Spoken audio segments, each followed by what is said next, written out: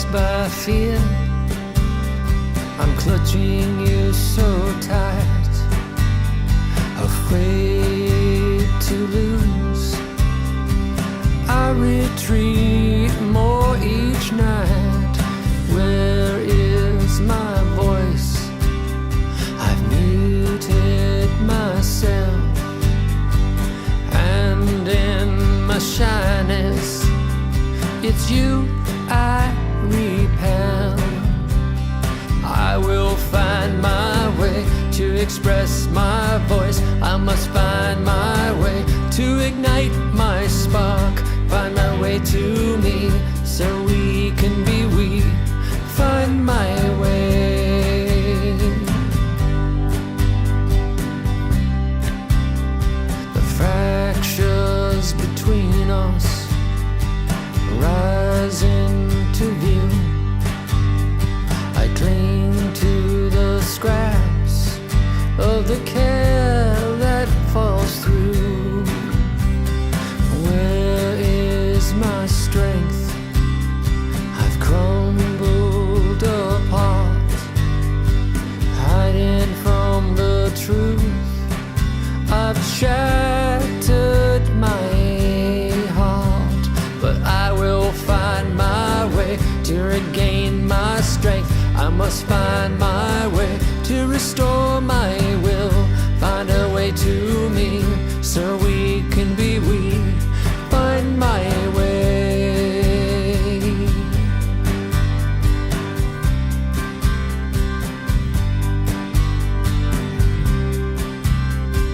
Here is this moment to take a chance, to go on alone or grow and advance.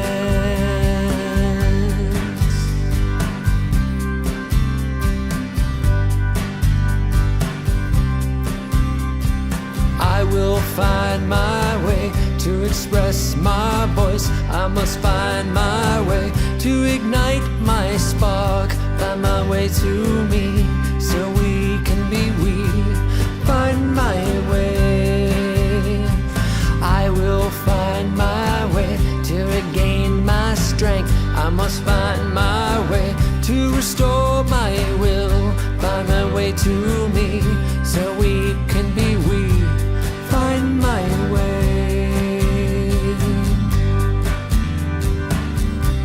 Find my way.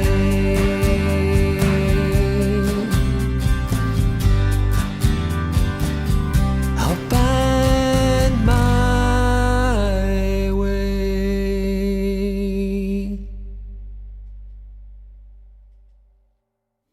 Welcome to Sunday Live, and thank you for finding your way here today. Wow, what to say about the world today? I'm just not going to talk about it because everybody's talking about everything and everybody knows darn well where we're at. So I am going to give you a moment of escape, a chance to get away from it all. Yeah, that's going to be my mission, at least today and probably next weekend as well.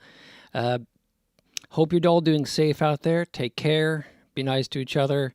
And remember, we're all on this same little fragile ball together, and do whatever you can for your fellow person. You're in the same boat.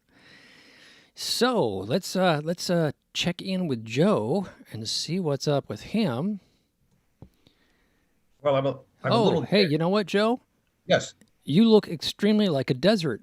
I think I need to move the Zoom screen because I got into a wonderful conversation before the episode and forgot to move the Zoom screen to the other window.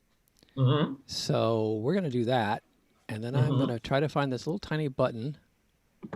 And I've gotten really good at doing. And lo and behold, you're here. It's like techno magic. I see me sliding in little by little. Well, you'll catch up to reality. You're full screen now. You can just trust it.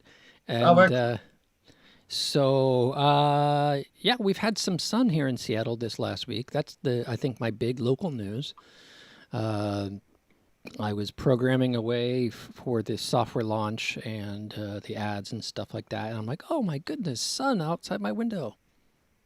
Yes, I would have noticed it. I'm a little jet lagged from our previous uh, streaming from Norway, but having returned back into Berkeley, California, just the weather here has been fantastic. We're at like 72 degrees in the hills. Oh, I'm so jealous. Yes, oh yes, tan lines in January. Film at 11. Don't tell my wife. I'm lusting for another topography. Yeah, I'm overdressed in my t-shirt. I keep thinking it's January, but no, it's I need a Hawaiian shirt. It's warm out. My window is open, and the wafting breeze is coming in. Burma. Oh man, this is salt in the wound. So this morning we interviewed a artist musician from Norway, and I was wearing t-shirt, thermal bottoms, uh, the standard uniform, jammy pants, a hoodie, and then a hoodie over the hoodie. I had sunblock. Ah, I'm so jealous. Hey, but the thing that I've got that you don't got, we got trees. I mean, real honest to God, woods and trees and plant material. I just have to say, I thought growing up in the Bay Area there were plants there. Now, when I visited before COVID kicked in, I was like, wow, I used to live in a desert. Well, we have chimney smoke of trees if that counts for anything. There is snow on the hills. We've had one snow at the house on Yule on the 21st, which was very cool. And I've never seen such big snowflakes in my life. But that went away in about a day or so. But we do have snow on the hills, and they are doing limited access runs. Last year, Alexandra, got the idea that we should uh, learn how to cross country ski because there's less people that do it. So it's not like huge slopes of people skiing. And she had taken me, before we moved to Washington, she had taken me up to Tahoe, and we had done a day of skiing up there, which was my first time since I was like 16. And it only took about 30 minutes to get back up on it. But cross country skiing is a whole different beastie. I don't know if you've done it, but the skis are thin and they don't cut. So you, like on regular skis, you can hit the side of the edge of the ski and it'll cut into the snow and stop you. Not with cross country skis. You have to pretty much, like, you're going, and you go in this little track that's been carved for you. It's an experience. Anyhow, we bought skis before the whole COVID-19 thing kicked in, so we have everything ready to go. And I thought everything was going to be closed, but it looks like things will be open, and we'll be able to get out there in the next month and do a little bit of snow skiing.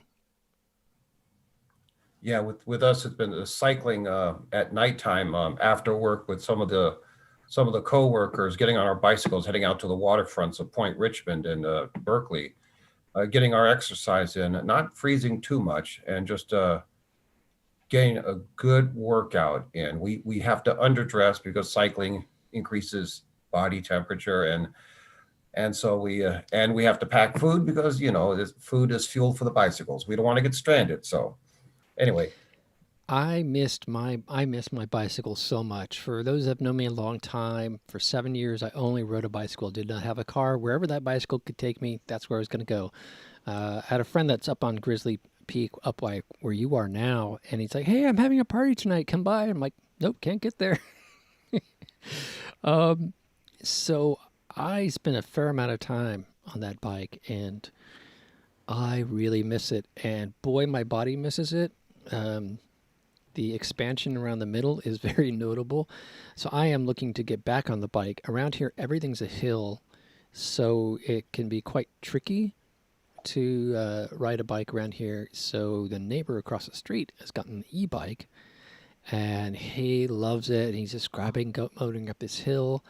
And when I was in Paris last, a little over a year ago, and was living there for a month or so, I found jump bikes that are e-bikes, and I fell in love with that jump bike. And when I moved to Seattle, when I would first do these kind of shows live in Seattle with artists, I jumped on that jump bike, and man, it could take any hill.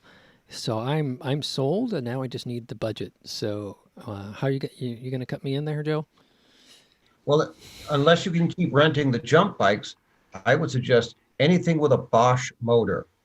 There's a lot of junk. There is a world of junk out there with regard to e-bikes.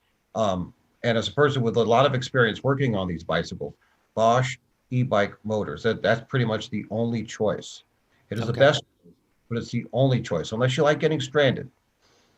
you heard that here on Sunday Live. Bosch e-bikes, that's the way to go. And now you know. Not only does Joe do motorcycles and cycling, but he also does e-bikes, and he is your reference.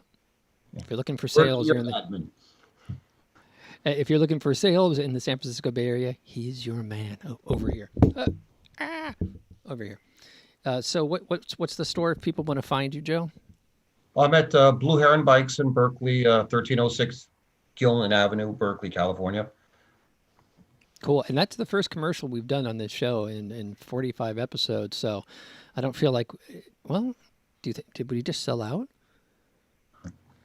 Well, no, we're still we're a mom and pop brick and mortar operation, so it's Oh, cool.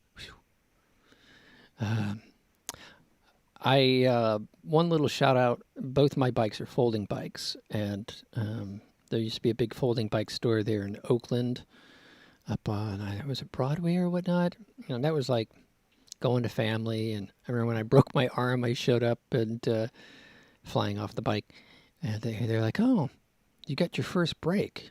You know you're a real cyclist after the first break." I'm like, I don't want a second break. dramatic street cred.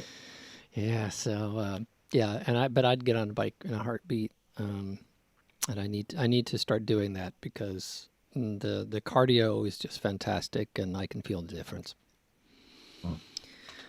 Well, that's about bicycles here on Sunday Live. We're going to be doing, we've been interviewing artists and musicians and whatnot, but we should just do an episode on bicycles sometime. But that's not today because we have Gray Davies waiting in the wing here. And Gray Davies is a singer, songwriter, and musician, and probably far more interesting of a person than talking about e-bikes for the next hour. So let's bring Gray on. Hey, Gray, you out there? Hi. Yes, I am.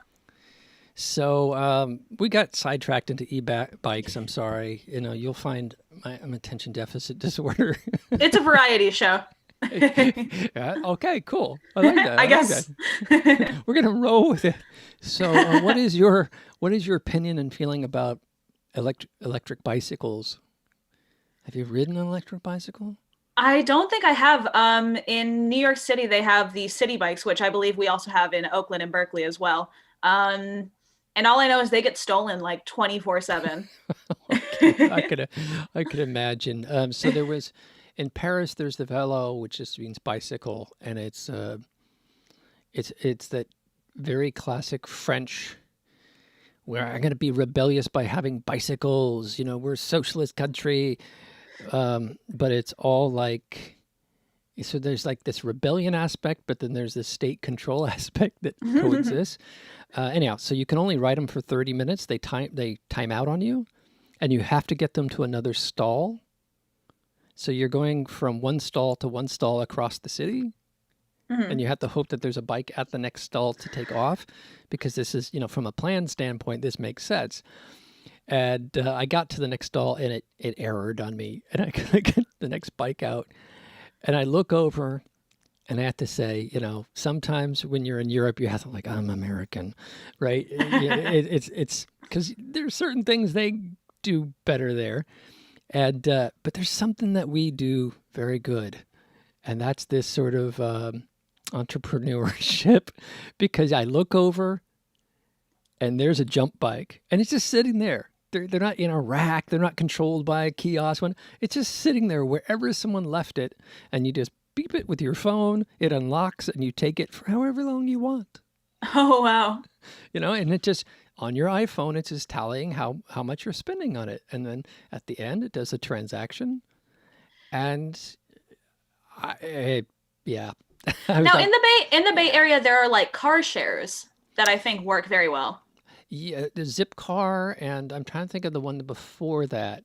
I was a member of the one before that. I lived in Emeryville for Mhm. about 7 years, and Emeryville is what, like a mile long, and we had five Zipcar, or well, five stations of this car company that then Zipcar bought them out.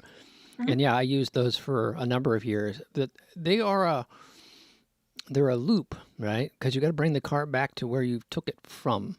Mhm. So it's good for doing, like, I'm going to do a big grocery run to the Mm. store, get everything, and get it back before the next person who's, registered to pick it up takes it. And every once in a while that happens where you're there waiting for your car and it doesn't show up. The person's running late, blah, blah, blah. So I found it was useful for that, but for Yeah. point to point or, you know, going on a journey and not necessarily coming back to where you picked up the vehicle.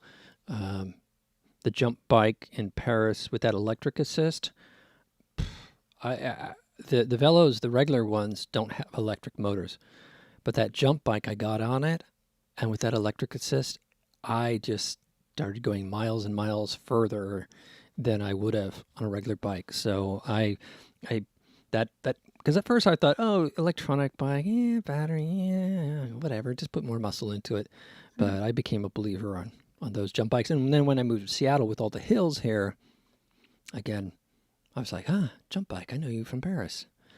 Mhm. Yeah. Anyhow, so I'm repeating myself, but hey, folks, get an electric bike or support jump. I think the jump thing, I'm a little further out of the city, and every once in a while I'll see a jump bike out here. But when you get outside of the centralized city, it's harder to find the ones that you can just jump on. But the Bay Area, San Francisco, Emeryville, Oakland, Berkeley, man, yeah, just jump on a jump bike and go. That'd be cool. At the intersection of tech and transportation, that is the Bay Area. Yes, indeedy. Yes, indeed. Although am getting a light rail. The light rail that runs into Seattle is sneaking its way north during COVID, and in 2 years or something, we'll have a station right here, and that will be cool. Then I get my e-bike, jump on the light rail. I've I'm already waiting for picked a train that can take me from New York to the Bay in 2 hours. that's a tall order. I think it's more likely that Elon Musk will have a rocket ship that you can launch in New York Yeah. and land in the Bay. Of course, it's going to take you about 6 hours to wait at the rocket ship in New York and 6 hours to wait at the rocket ship in the Bay Area, but your flight will be only 2 hours. That's what you all tuned on into Sunday Live for, to talk about transportation systems, right? No, let's talk about your music. So I'm going to show you a little clip here, and it is just a little clip, and we will both be on the screen because Facebook has clarified its policy. You can play songs during your episodes. There was some lawyer that wrote some language, and everybody got really angry back in October because it sounded like you couldn't play any music on Facebook conversations. You can play it during the stream, but you have to show motion. So we're going to watch your video, but we're going to have to head nod and look very thoughtful about it. Yes, that's the move. Okay, so here we go. This is $1 Million Man. Said I was the most exotic flower, holding me tight in our final act.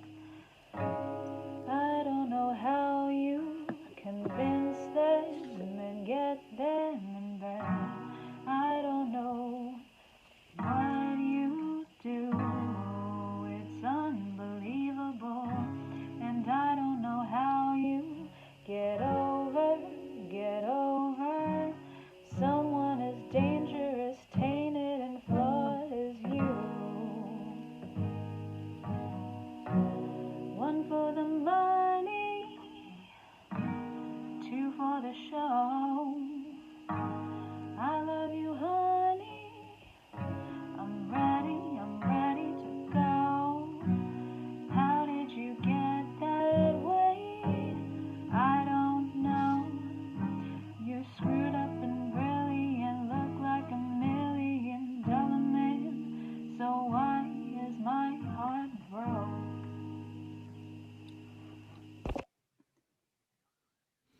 So most of your music is electronic.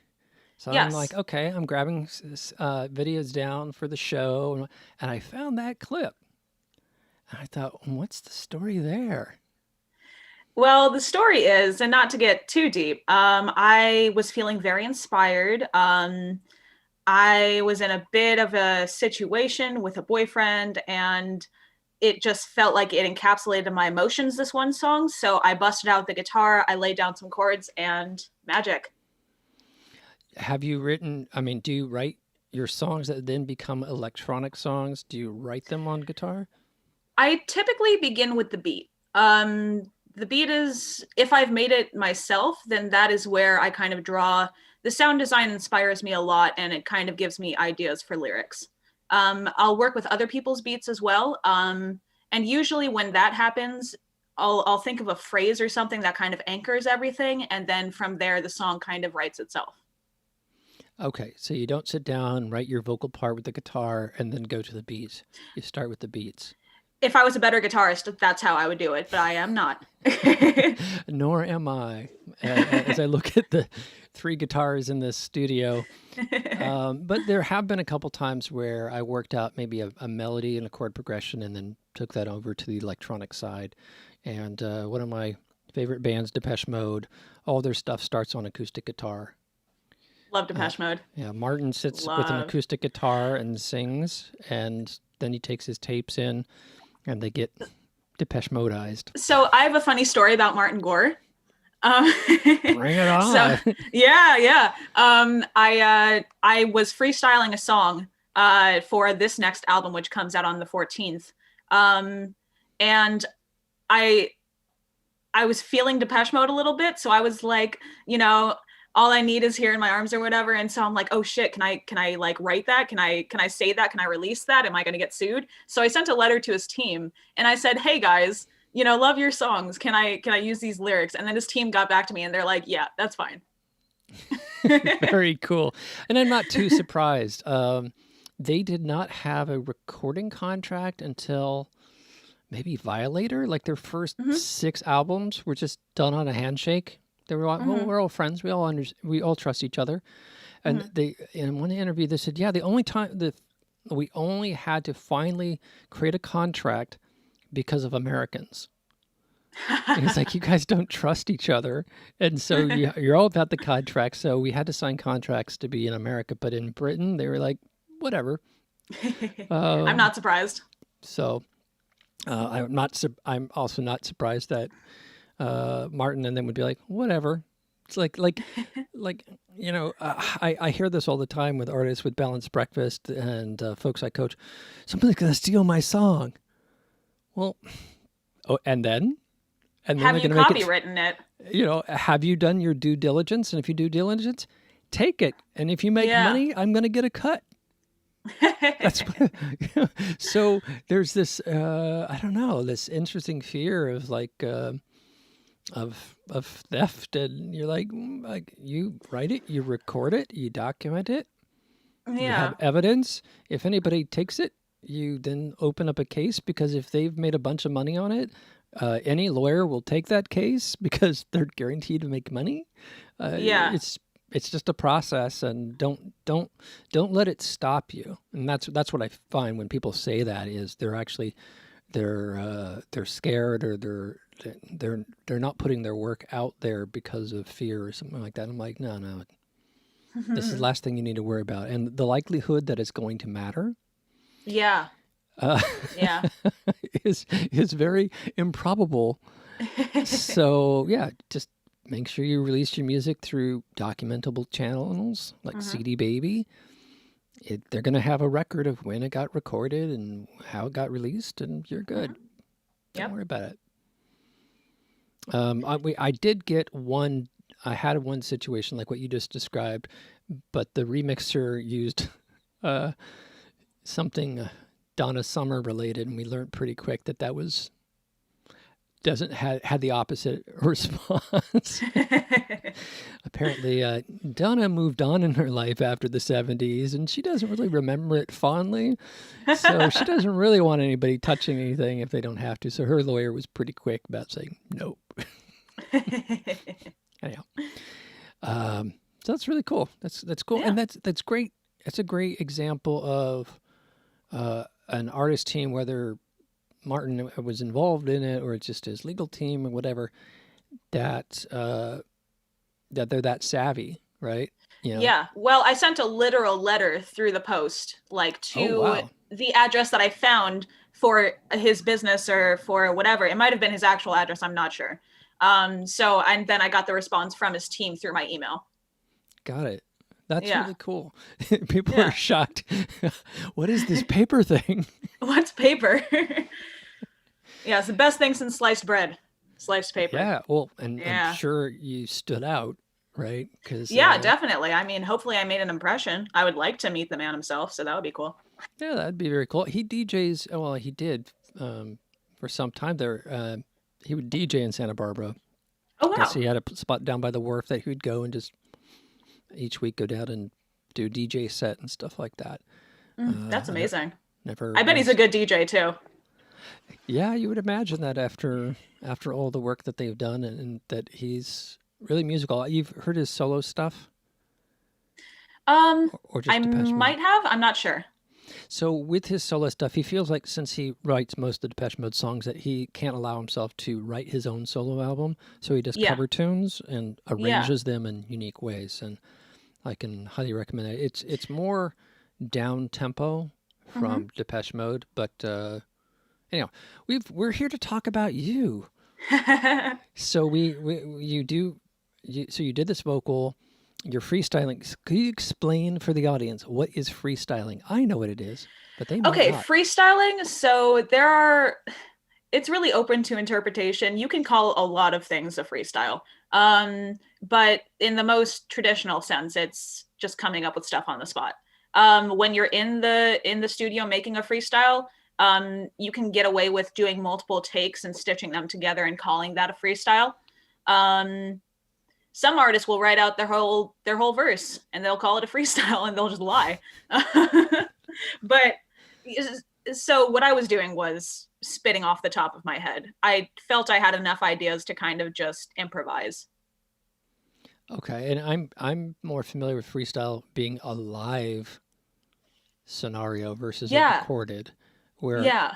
the beat is going and you're working off of it, and you might have a team of people freestyling with each other. Okay. Yeah. For me, that sounds more like a band setting Hmm. as opposed to like a solo vocal setting. Like I said, it's a broad word. How would you, in some of your work, you use hip hop. Most of Yes. your work is lyrical, but the musicality reminds me of hip hop. Your vocals don't. But a couple of the tracks, and one of them, certainly one of them we're going to play today, has a hip hop element. And this is a shout out to my cousin Michelle, who said she'd tune in because she's a hip hop fan. And Hi, Michelle. I said, I got some hip hop for you. Freestyling and hip hop. Yeah. I tend to associate those two. Yeah, very, very big link right there. So I worked at a rap studio for 4 months, and I got to see firsthand kind of like what a freestyle really is, what artists are doing. And like I said, it could be somebody's written down ideas, but they're like, convoluting them or just adding to it. Just because it says freestyle doesn't mean that nothing was written. Got it. Okay, Yeah. cool. Well, was this first track we're going to play here freestyled or written? Depends. What's the title? This is entitled. Entitled. That was written. That was a beat given to me by my good friend Stack Paper. Cool. And then on top, you wrote the lyrics and vocals on top of Wrote the it on my beat. phone, recorded it on my phone. Good to go. Oh, the technology today. I love it. All right. Well, having said that, we'll talk a little bit more about how the track was built. But let's give folks some context here of your album. This is the opening track on your second album, and it's called Entitled.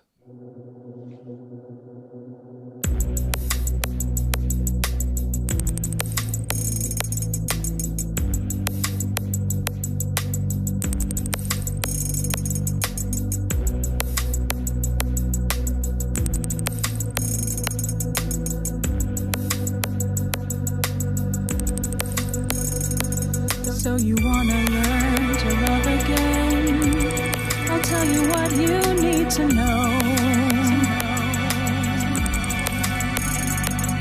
This world is cold and love's about to drag you down below.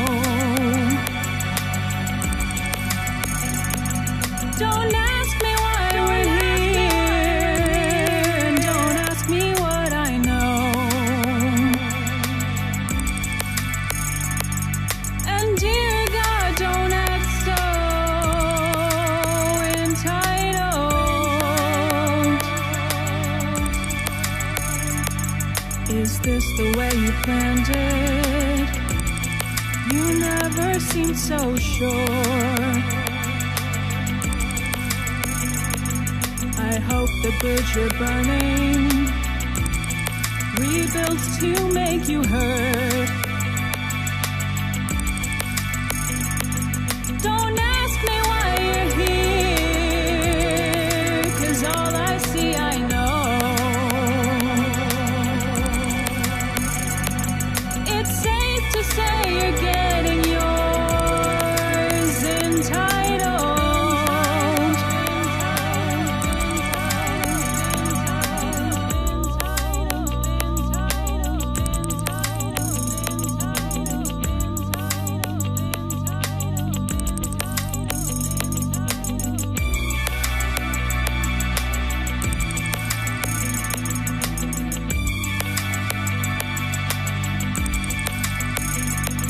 I meet you on the bridge again.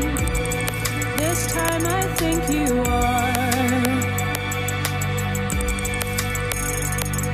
coming close to a realization. I'm pulling all my cards. And when you say you're holding on too long,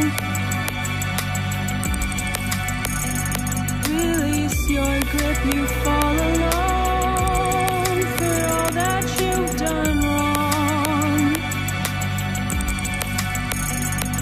Don't ask me why we're here, and don't ask me what I know.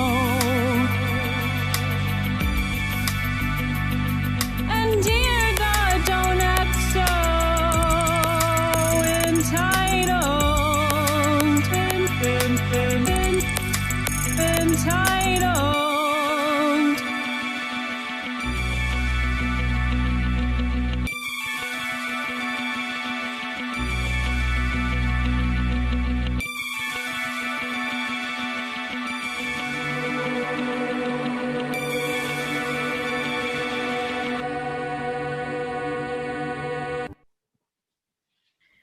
That was Entitled by Gray Davies. That is. I want to give a big shout out to David Tolson for mixing that one. The little that was his idea. Very cool. There's so many elements. That track is like totally square in the middle of my jam. I love all music. I listen to all kinds of music. But that track, I like heard it and like, yeah, I'm in.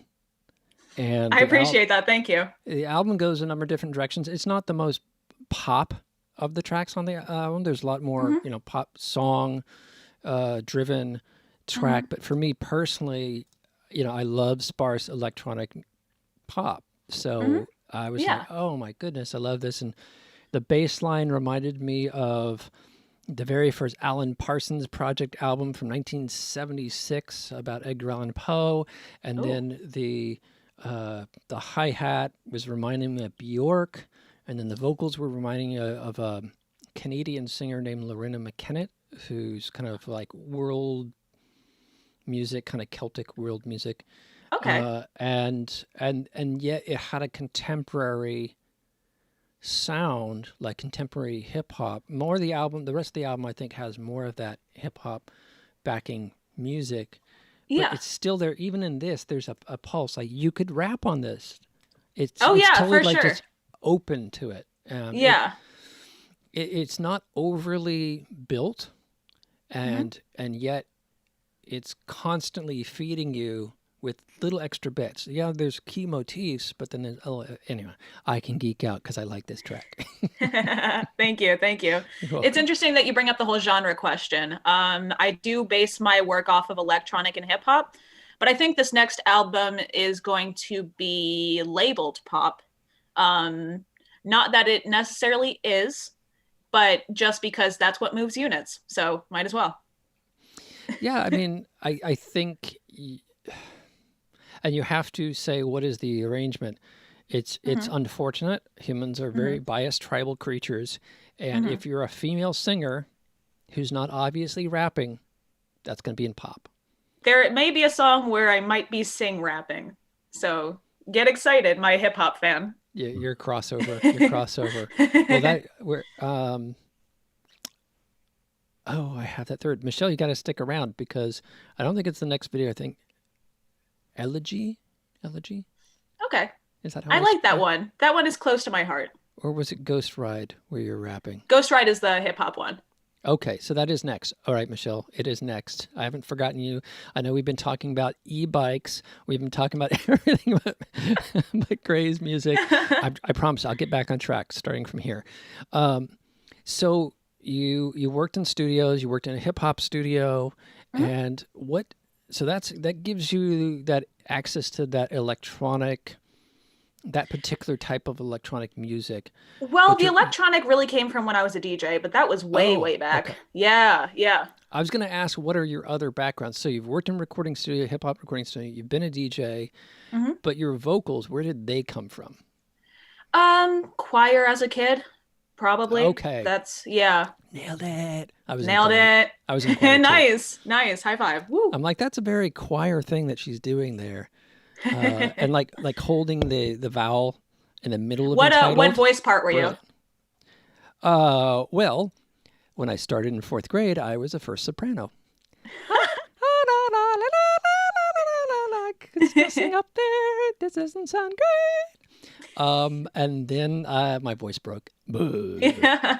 Hello, how are you? So then I sculpted off from the sopranos down into the bass, but I don't really have a deep resonant voice.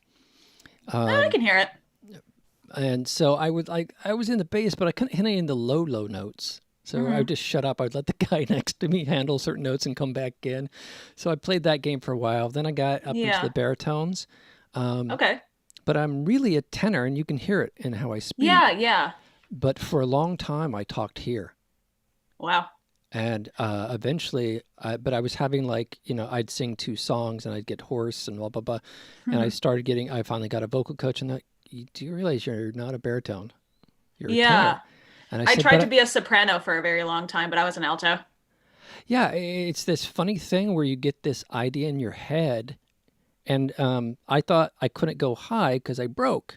And this teacher's like, all men break on that note. Yeah. It's no matter if you're tenor or bass, whatever, you break on the note. That's the physicality of it. And I'm like, really? And like, yeah, you just need to know how to navigate it.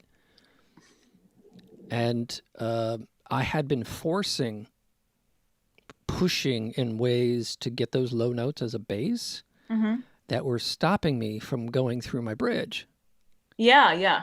So going high, da da da da da da da da da, happened when I stopped forcing myself to go low, which was totally counterintuitive. Anyhow, so if you're any struggling vocalists out there, take a word from me. Unleash your voice. Go get a speech level coach to work you through that. I had a good teacher tell me that your voice part isn't where you can sing, it's where you sound the best. That's another tricky thing about singing is not only performing in your range, but because I can go really high, but because I'm not very pitch precise, my higher range, that tends to become more problematic. So I can hit high notes, but if they're pitchy, they stand out even more and the tone isn't quite there. So yeah, having to find, just because you open up your territory doesn't mean you use it for everything. Yeah. And you Well, find shout out to that sweet Autotune. spot. Autotune, Melodyne. Oh, Melodyne. Tim, my producer, just discovered Melodyne 2 months ago, and I'd played around with it some years ago. but never got back around to that item on my Mhm. checklist. And he has mastered it. Yeah. Auto-tune, I don't like the sound of, and anytime I hear it, it just grates me if it's I'm intentional or not. obsessed with auto-tune. You know, I think what happened was I was during the period where people were just auto-tune, software and computers were limited enough. You could only use it every now and here, now Mhm. and then, and it would Yeah. just jump out and you'd be like, eh. But now it's become a whole genre of its own. Yeah, absolutely. Um, Absolutely. you crank it to 10 and it's just it's now one of the effects like reverb or chorus Mhm. or whatnot, Mhm. versus just a pitch correction thing. But Melodyne, if you've not, have you used Melodyne? Yes, Okay, Clouds in the Rear View is all Melodyne. cool. It Yeah. is astoundingly natural, and as an artist, okay, Mhm. I the way Tim has shown it to me, and what he did on my last two singles, he's like, oh, you hit this note a little off and whatnot, a little nudge up, and it just sounds very natural. And then Yes. he goes, now what I've learned is don't fix all the pitch problems because it just suddenly becomes this other non-human thing. Mhm. So he's like, see, we're going to make this one a little flat. We're going to make this one a little sharp. So even like if I went through and I hit all the notes precisely on, it actually does not sound as good as if you actually make things a little flat, a little sharp, and shape the phrase. And so you're not Yeah. serving the note, you're serving the phrase. It just comes to life. Yeah. Yeah. As a choir person, you would also be familiar with the way that contour helps a Yes. melody. Yeah. Yes. And I think one of the reasons I sing the way I do is because it's informed with all these choral um, elements. Like I tend to slide into notes and whatnot. Mhm. And that's because you're doing long phrases. You're not Yeah. doing bum bum bum bum. Bum ba da da da da da da da da da dum da da da da. So there's little play for scooping and whatnot, and it's also not as apparent because you're in a group of 20 other Exactly. people. Yeah. Yeah. When you're solo, there's a lot of pressure. A lot of pressure. Oh, geez. Yeah. I must admit I never got to solo in chorus, but I did get to solo in musical theater. Ah. And yeah, I'm not sure I could solo in chorus because that like you got I did a 16-piece jazz choir, 20-person choir, and then there was like a 80-person at university chorus where we do these big shows at state capitals Mhm. and stuff like that. Mhm. And there were some of the key people who'd step out in front of that size group and just take the whole thing. You have that much energy. It's not just like Yeah. performance of being good at what you do. It's you're going to take all that energy and it's now you. The walk up to the solo is like, ugh, it's my favorite Yes. part. So you did get to do solos. Yes, I Right. did. My brother and I both did lots of solos in chorus. Nice. We would audition for them and we just get them sometimes, and it would be like the best feeling ever. You're like, you trust me to take the reins of this ship. Now, I must admit, some little part of me for the last two singles is like, oh, we're using Melodyne. I got to keep this secret. And here's someone that's doing choral solos on stage. And you're like, oh, yeah, we Melodyned that. It's not a Oh yeah. problem. Or like Oh yeah. auto-tune. Yeah, no problem. It's like there's no taboo. The taboo is Yeah. gone.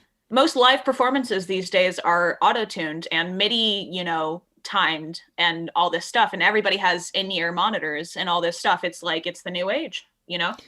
So, folks, the message you're getting from us right now is if you thought, I'm a terrible singer, I'm bum, I can't do anything, but I want to do singing, all that stuff, let it go because you There's can do hope. whatever you want. You can get Yes. your laptop. I don't know if Melodyne's out on iOS, but there are tools just in your hand and in your pocket where you can record an album. And yeah, you didn't hit that pitch right. Okay, great. You're human. It's just not an issue anymore. Yeah. Yeah, and you can do it on little to no money. Yes, $500, Yeah. $500 laptop is incredibly powerful. I'd Mhm. like to say a $500 laptop is far more computing power than what runs the nuclear arsenal in the world.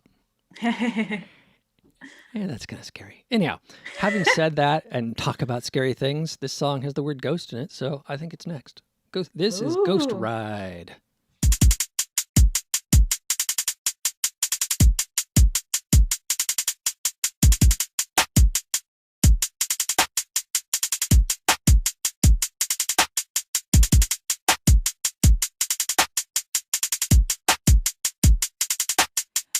Dollar bills, gold up on the wheels.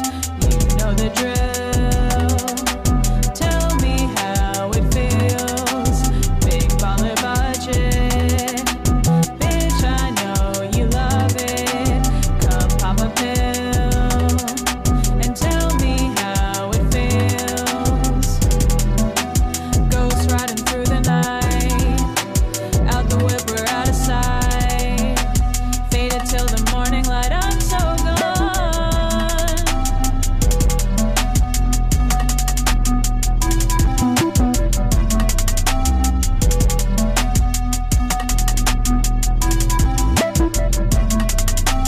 Netflix and Sands, you can be my man. Boy, you a fan. Catch me if you can. Drive out to Reno. Spend at the casino. You know how we do. Tinted lens you can't see through. Ghost riding through the night.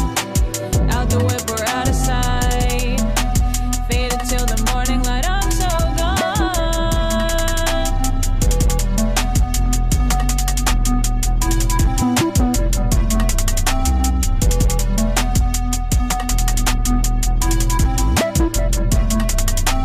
Come catch a vibe. Hot when I arrive. You gotta try to say those things you can't describe. Let's watch a movie. Chill in my jacuzzi. It's warm inside. Boy, come take a dive. Ghost riding through the night.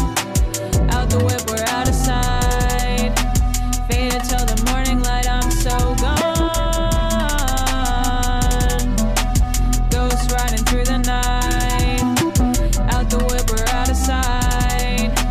Faded till the morning light, I'm so gone.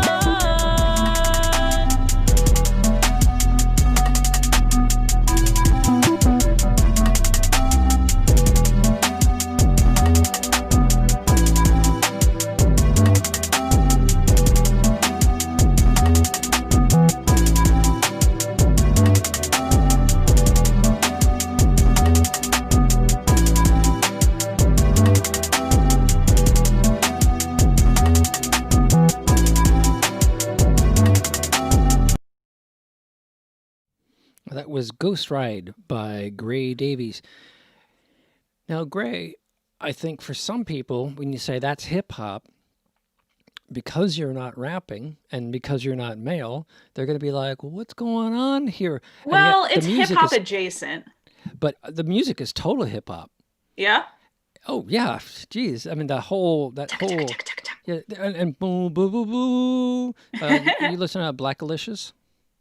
No, I don't. I was talking about his work like a week ago, 2 weeks ago, when we had a hip hop artist on, and like hip hop, I just couldn't penetrate.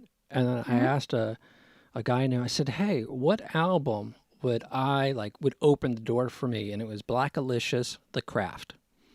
Okay. And check it out. I think you'll like it. Yeah. It's more.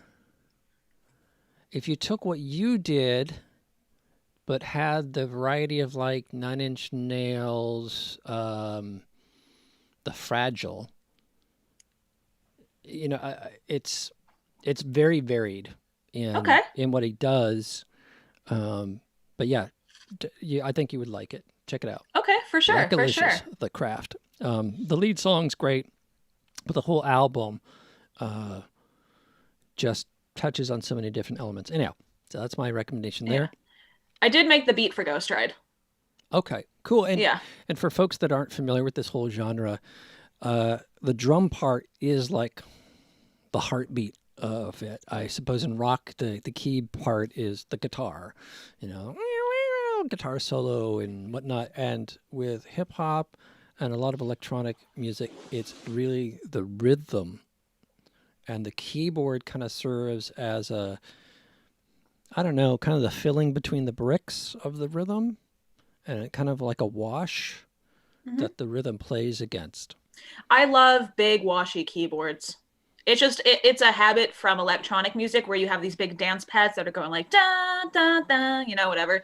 Um, like Thriller, Michael Jackson is like da da da da da, like big, huge. You know, I love having that in your face synthesizer.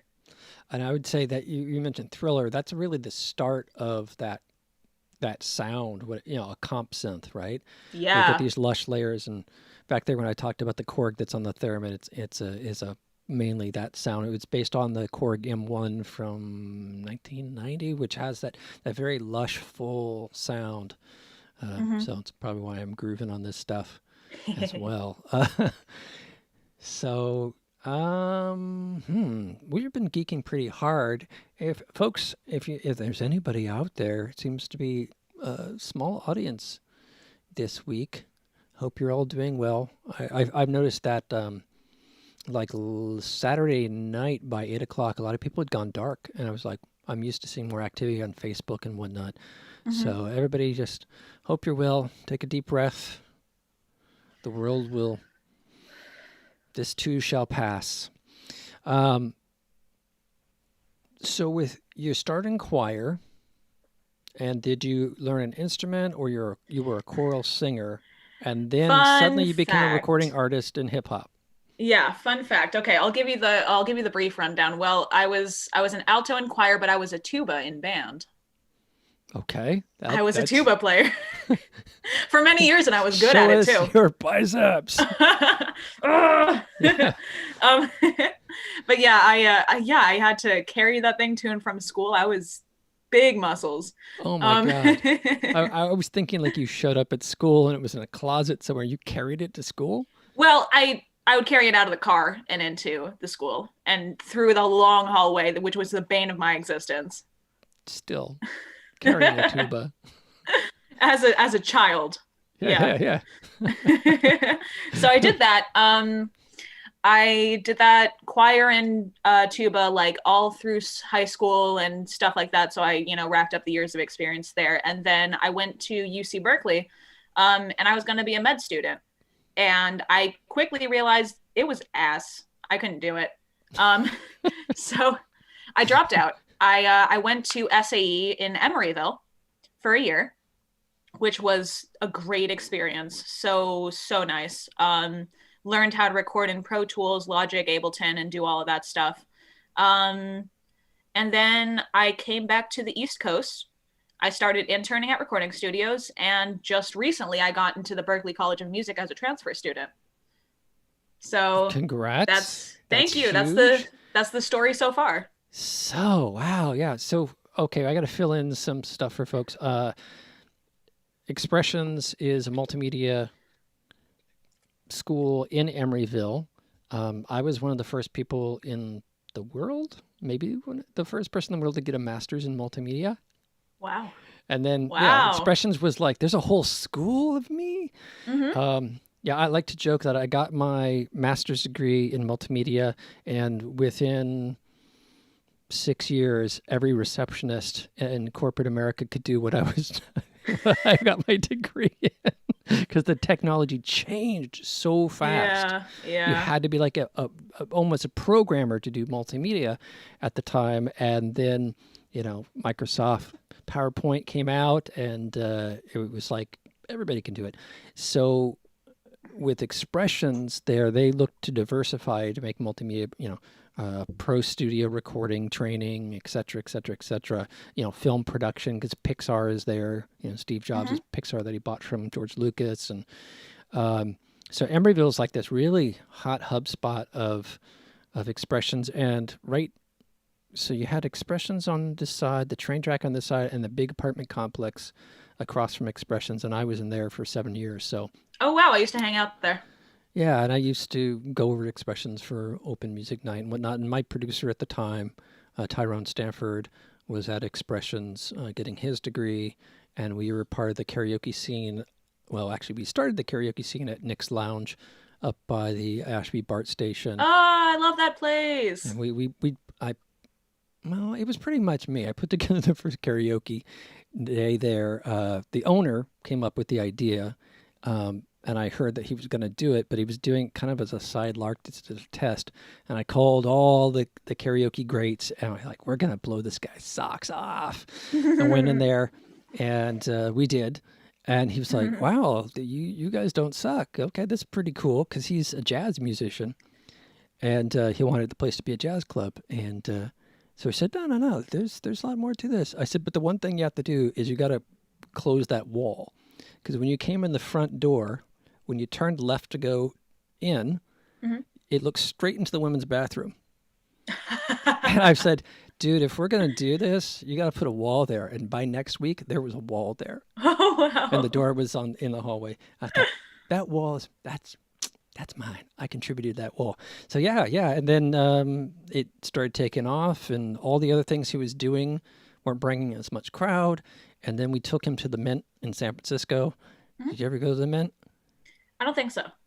Oh, geez. The Mint is like, that's the serious players karaoke place. It's 7 days a week. At that time, it was the only 7-day-a-week karaoke joint in the Bay Area.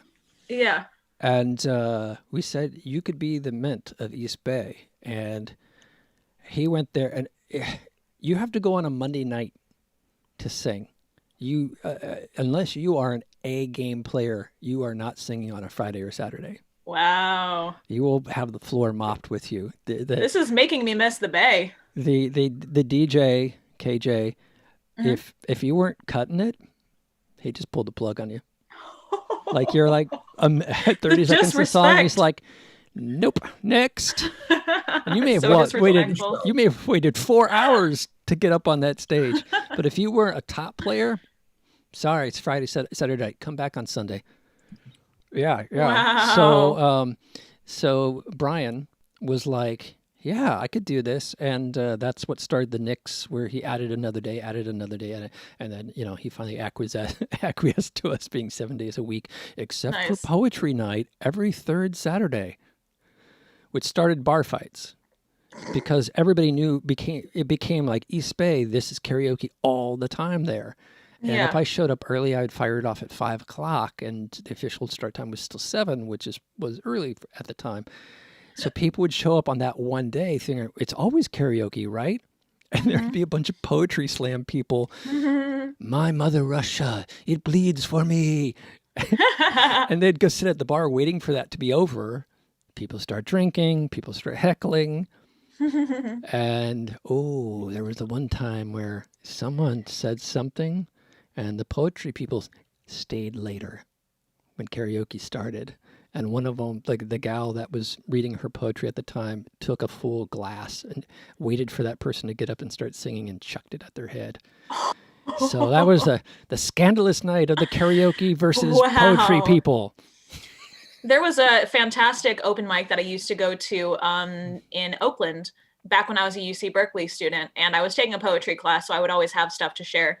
And it was at Awaken Cafe. Have you heard of it? I'm thinking I went. Absolutely. Okay, Joe. Yeah, you know the place? Joe's in Yes. Berkeley. He's a lifelong Berkeley guy. Nice. Yeah, that was my favorite. That was the start of me really writing lyrics and like doing creative stuff. For 2 years recently, I lived in downtown Oakland, and I had downtown Oakland mapped out. That's Yeah. only recently I'm back in the Berkeley Hills. But yes, the Awaken Cafe. Yes. Yeah. For sure. So again, how do you pronounce this next song? And what does this word mean? I've never seen Elegy. Okay, let's get into it then. An elegy is kind of, and I took this title from like band when I was growing up. Like American Elegy is a really famous piece. An elegy is kind of like, it's a theme song. It's a dedication. It's a statement, kind of. I'm sure there's a dictionary definition that I could pull up right now, but I'm not going to do that. It's like a just a piece, in the band why sense. have I never heard of this word? I keep wanting to say eulogy. Yeah, which is a whole different context. I the song goes like, "Elegy set me free," and I started to really like the whole concept of that word. So when I started my entertainment company, which was just an entertainment company at the time, it wasn't even a company. I didn't even have the LLC or anything like that. I called it Elegy Entertainment. And that is the title of the record label that I'm running, as well as the title of the studio that's going to open up very soon in Boston. Okay, so you're now in Boston? I'm now in Boston. Yeah, I'm all over the place, man. So Bay Area, where did you grow up originally? I grew up in New York on Long Island. Okay, so my wife grew up on Long Island. Ah, nice. Dix Hills? Yeah, Dix Hills, that's a place. That's a place. Middle, it was cold, and we got into the station in New York to go out to Long Island about 4 a.m. So that was my first and only time I took a red eye, and I could not sleep. So I had not slept. I was sleep deprived. So it's a bit of a hallucination, but yeah, we took the train out there from New York City to see her dad and whatnot some years ago. But did you drink on the LIRR? Because that's very popular. I don't even know what that is. The train, LIRR, Long Island Railroad. Oh, got it. No, I slept. I passed out on my, because I couldn't sleep in the station because it was too cold. And then I got my backpack and I just slept on that on the ride out. And then we were there and then we ate. And then we rode back in and stayed at the night hotel in Times Square. Because it looked, you talk about vampires, we were talking about vampires earlier. It had a really cool black and white theme and whatnot. Yeah. So I stayed there and saw some shows and whatnot. Okay, cool. But I was in New York once before that for a round of karaoke places. Oh, nice. And so maybe in an after party I'll tell that story because the thing is, you and I have so much we could geek out on that this episode is drawing out, and my mom watches every one of them, and she prods me by text and says, show more videos, stop talking Have you so gotten much. your text yet? I haven't. Hi, Mom. We're going to play another video, Mom. And you are all between the episode last week or whenever it was and this episode, you guys are getting some introduction to the hip-hop for you. The hippity older hop crowd. Hippity Right. hop. Here we go.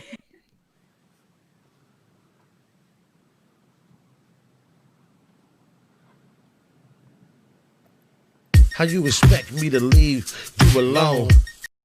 Especially after we done grown. Everybody goes through some of that ness. You acting like we both ain't been through hella shit. It took time to grow, now you're gone hella quick. You my methadone, how you gon' leave me sick? Through the thick and thin is what you told me. We more than homies and you can just leave me lonely. That's hella phony and it ain't on me. I swear to God, just wait, you gon' see.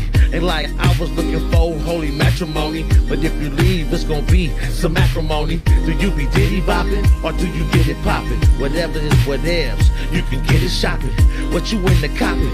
Purses or panties, fulfill fantasies as long as you keep that plan B. Understand me? You got good taste. Grab your waist and let you sit on my face. I'm always on the case. I be with the shit. I can tame a wild horse with this big dick. Riding out on the west side, there's interference on the radio.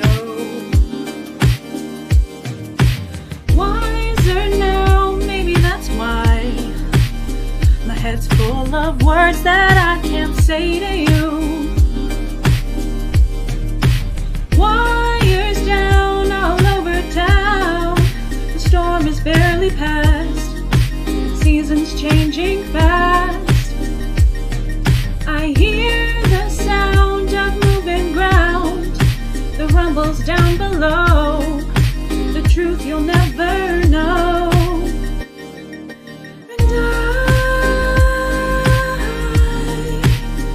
And it's my time to go. I'm leaving tomorrow.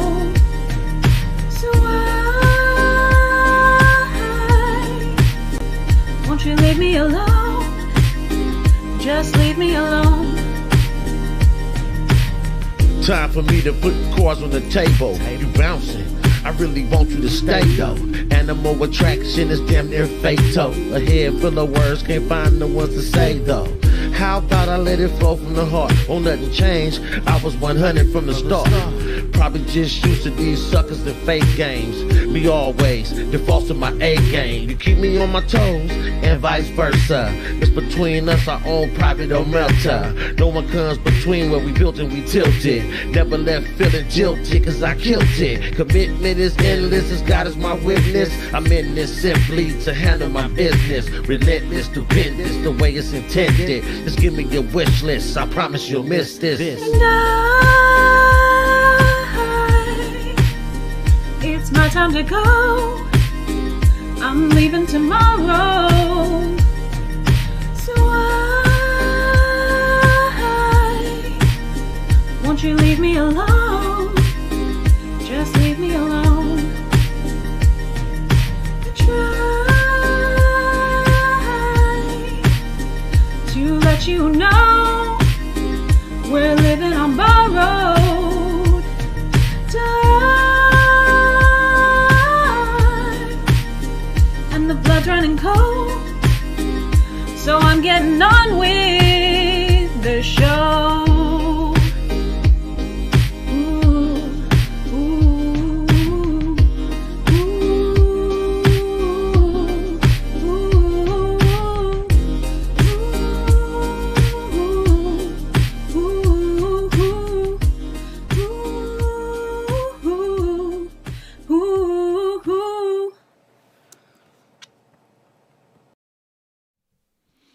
That was Elegy by. That was not Gray. Elegy. That was not Elegy. That was Don't Go, featuring Deep.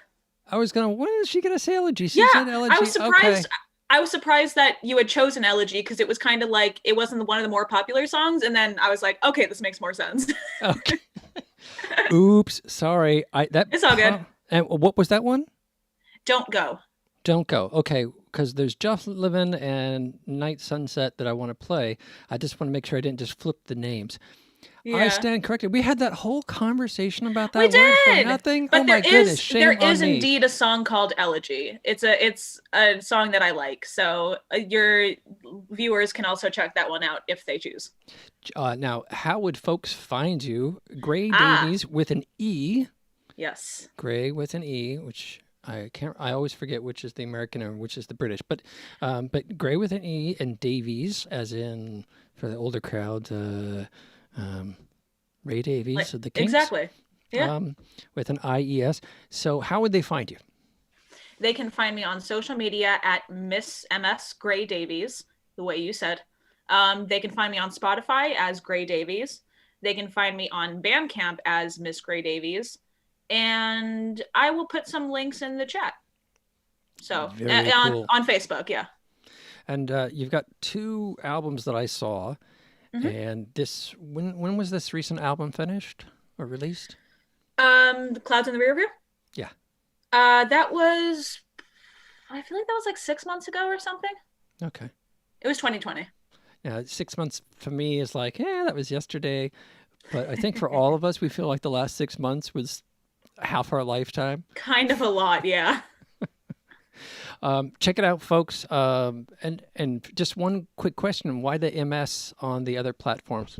Someone already had the name. Exactly, yeah. Yeah, it's a toughie. It's a toughie. Even in the 80s.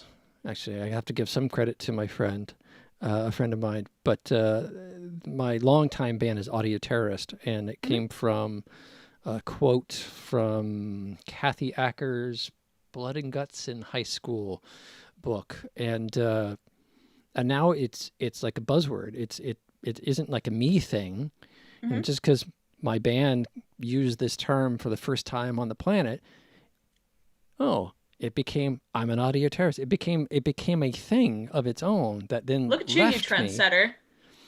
Yes, occasionally it happens. Haven't seen the capital reinvestment of that, but not all trends pay back. But anyhow, I'm tune my horn tonight. They pay back in satisfaction. In satisfaction, indeed. Yeah. So I've had to, yes, trademark it and send some cease and desist letters over the years.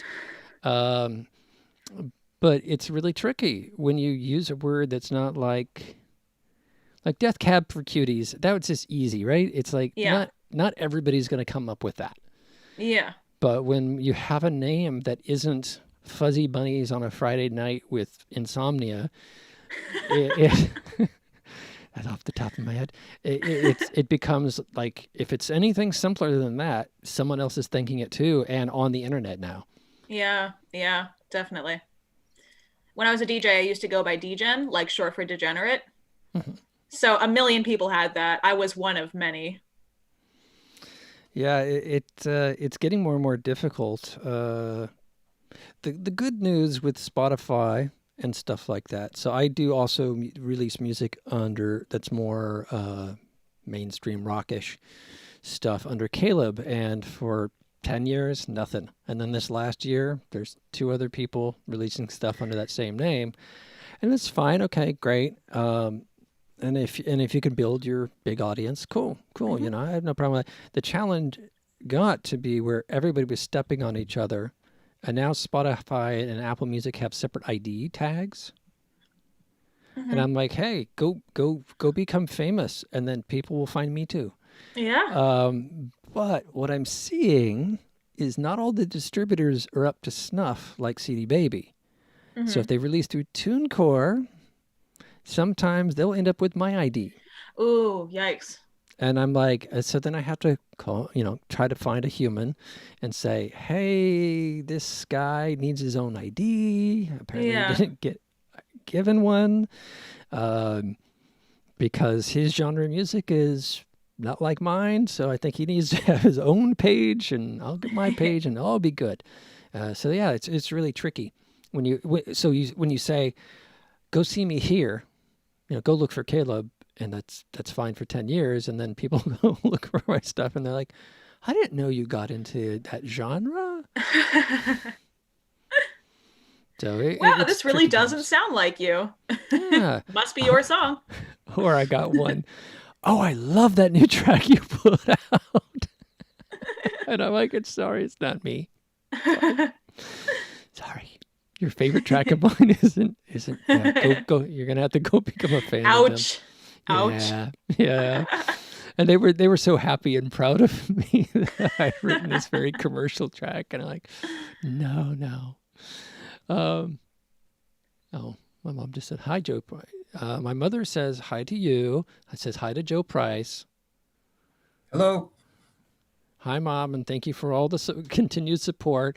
And Gray will understand this. Thank you for coming to all my concert choir performances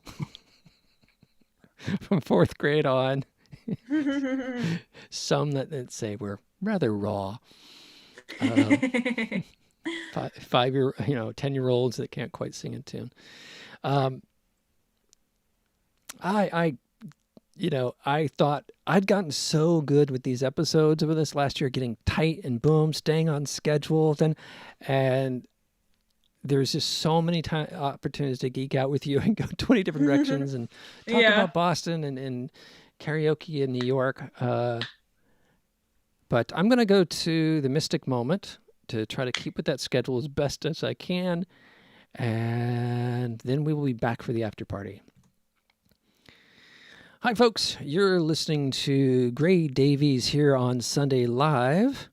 And go check out MS for Ms. Gray Davies. Or just go to YouTube and type in Gray Davies and check out her album, Clouds in the Rearview Mirror. I think I got that right. One reason why I wanted Gray to be on this week is her music is just so chill. It doesn't tell you, it's not in your face in any way. And boy, do we need a moment to not be in each other's faces right now. So chill out. That's my Mystic Moment. Find some way. There's always something to be angry about or feel a victim to, and it can get tough. But take a deep breath right now with me. and just let some of that stuff go and find some way to relax and chill out and find that space in yourself too. It's just as important as everything else. So that's my mystic moment of the week and my challenge to you as a dear listener. We're now going to go to the after party.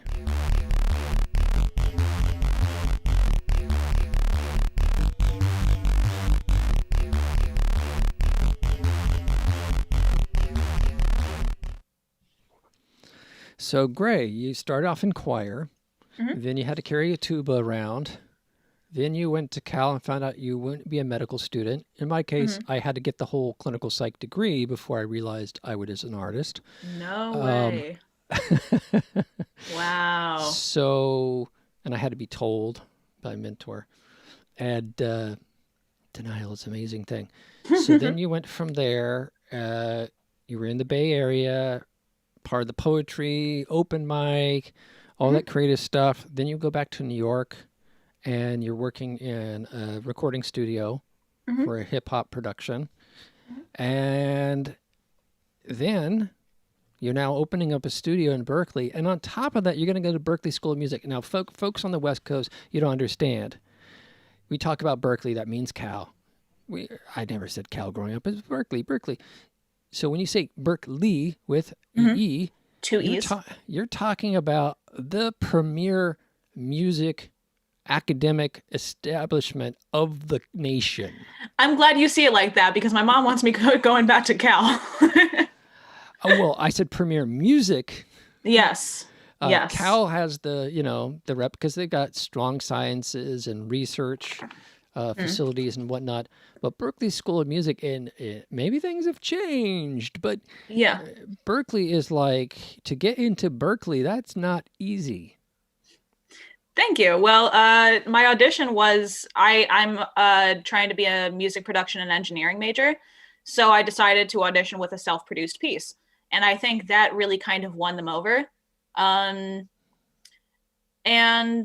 yeah, just the Boston area is super hip. It's like good people. It kind of reminds me of the Bay, but colder, a lot colder. Yes, as it snows on the streets in Boston, and you're thinking, yeah, okay, New York City, no, yeah, you're a little further north and a little more exposed in Boston, but yeah, Boston totally is very similar. I would say it's like the San Francisco of the East Coast. Yeah, definitely. Where Austin is like the San Francisco of the South. Mm-hmm. Yeah, a lot of cities I haven't touched down in yet, but one day. Well, I see, as I mentioned another city, you're like, I'll take that one too. I'll take that. Yeah, just add it to the pile. So how are you going to be? Okay. So you're in the recording studio program there. So you're open your studio and you can leverage these two aspects of your life together. Yes, hopefully. They have 27 studios on campus at Berkeley. It's the most out of any facility in the world. So I'm going to be busy with other students learning the patch bays and learning all the routing and trying to be a better engineer.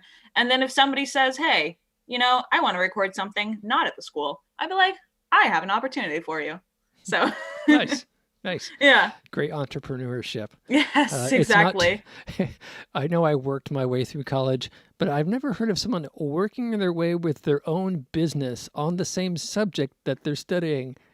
Yeah. It's going to be an interesting time split, definitely. But I think a lot of my stuff is going to be remote as well because, hybrid, coronavirus, all that stuff. Right. So I can literally like sit in my lectures while I'm working at the elegy.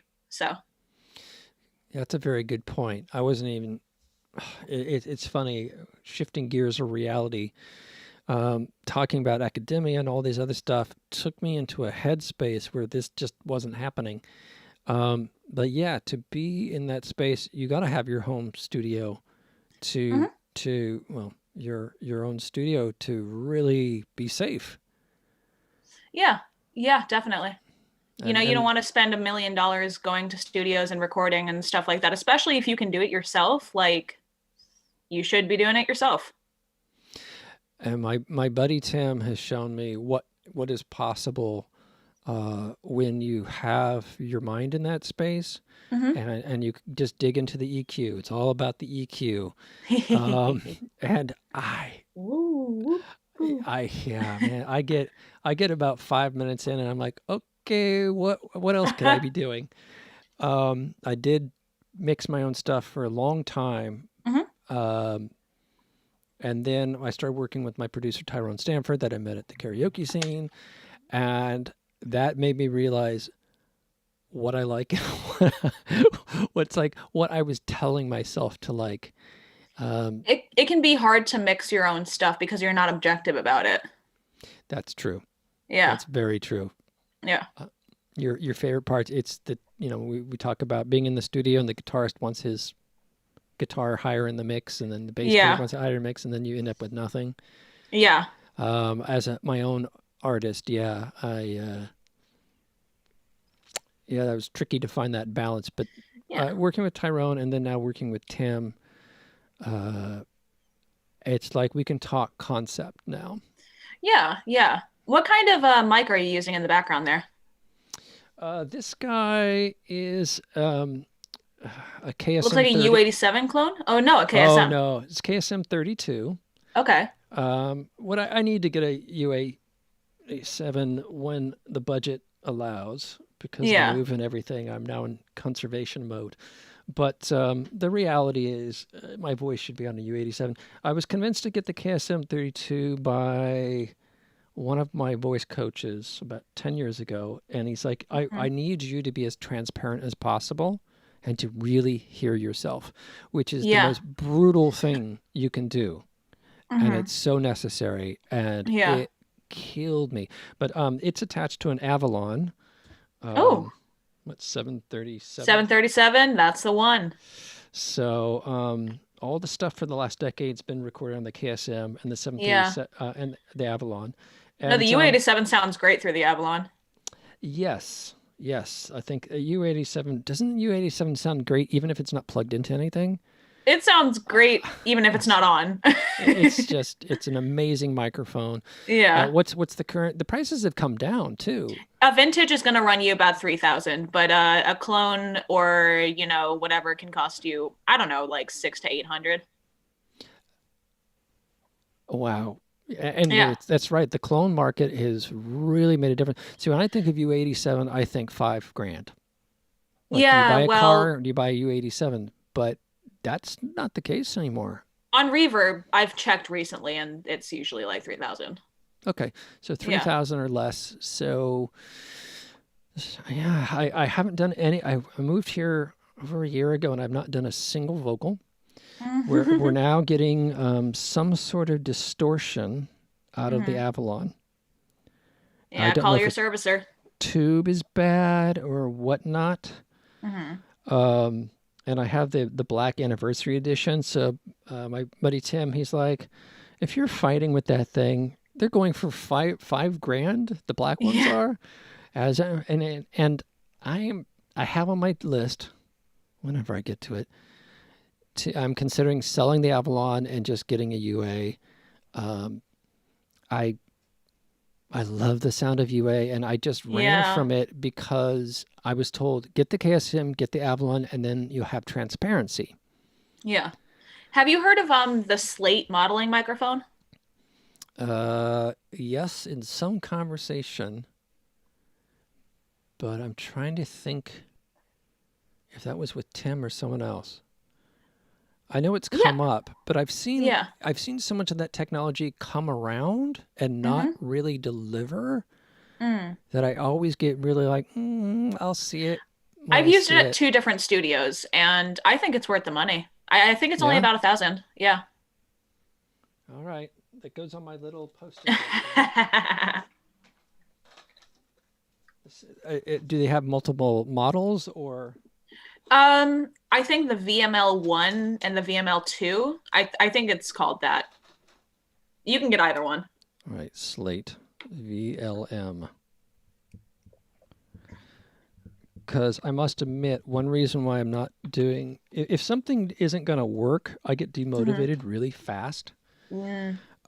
Classic artist personality. And the fact that the Avalon was giving me trouble Like I don't even want to touch it. I don't want to turn it on. I don't want to find out its problem and what it might Mm-hmm. cost me. So it's Yeah. just sitting there. Um, and I think, and maybe this whole microphone.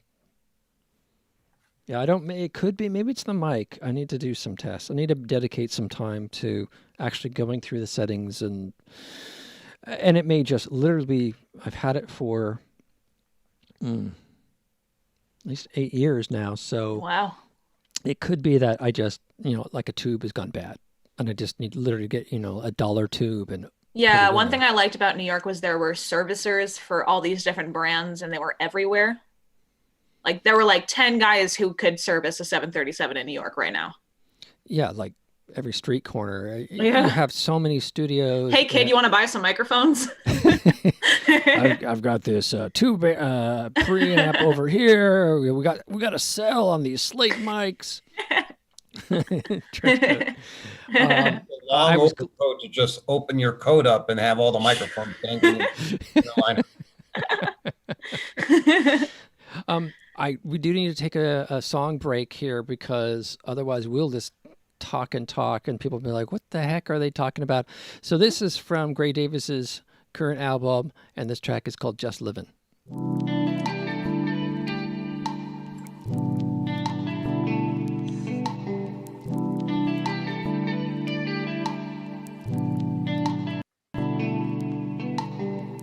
In the spotlight dancing, memories come to mind. When the feelings come, push them away. Think that I can be okay. Every night I see it, all at once, slowly. When the morning comes, push it away. Otherwise we'll be okay.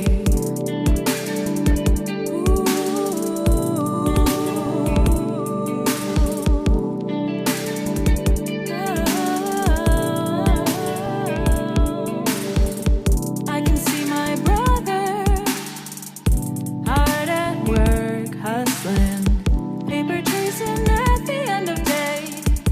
Will we be okay? You've got time to borrow. Think about something else. Forever is not so long at all. Cloudy days, rainfall, and we're all just living. Getting started, coming near. Little things forgiven.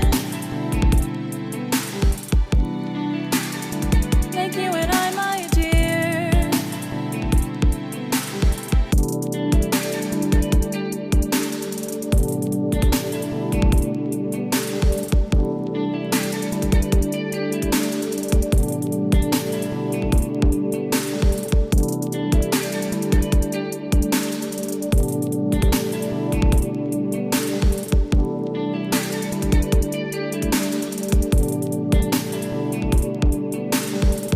Lovers in the moonlight whisper sweet nothings. Wish that I could feel like that someday. So in love, okay. Taking in the beauty of a cold romance. Heart to heart, we see each other clear, even if you're not here.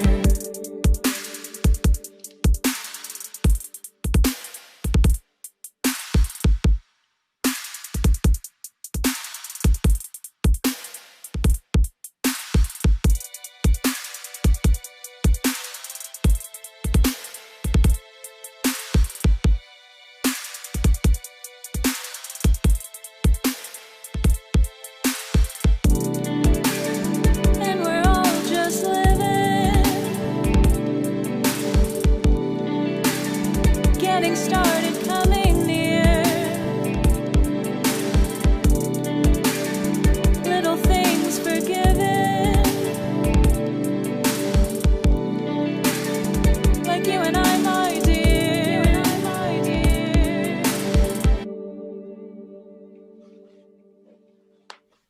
That was Just Livin' by Gray Davies. Check out her stuff on Most channels as Greydavies, or on some channels as Miss Grey Davies, spelt the same but with an MS in the beginning. Did I get that right? Yes. I see you like that song. You were jamming pretty hard. Yeah, I was like, oh, my aunt just left, and I was like, oh, she would have liked that track, but Mm-hmm. she probably isn't into the hip hop stuff. So I'm like, Mm-hmm. maybe I should have softened and eased people into. I'm always thinking every episode like this. I'm like, oh, should we redo the episode? And it's like, just leave it alone. Let it be. People will find what they like and don't like, and the universe will take care of them. Yeah, I really love that track. I think that's my favorite vocal. Really? Um, I just love that melody. Well, yeah, the beat kind of led me to that melody because, the guitar goes so I copied that.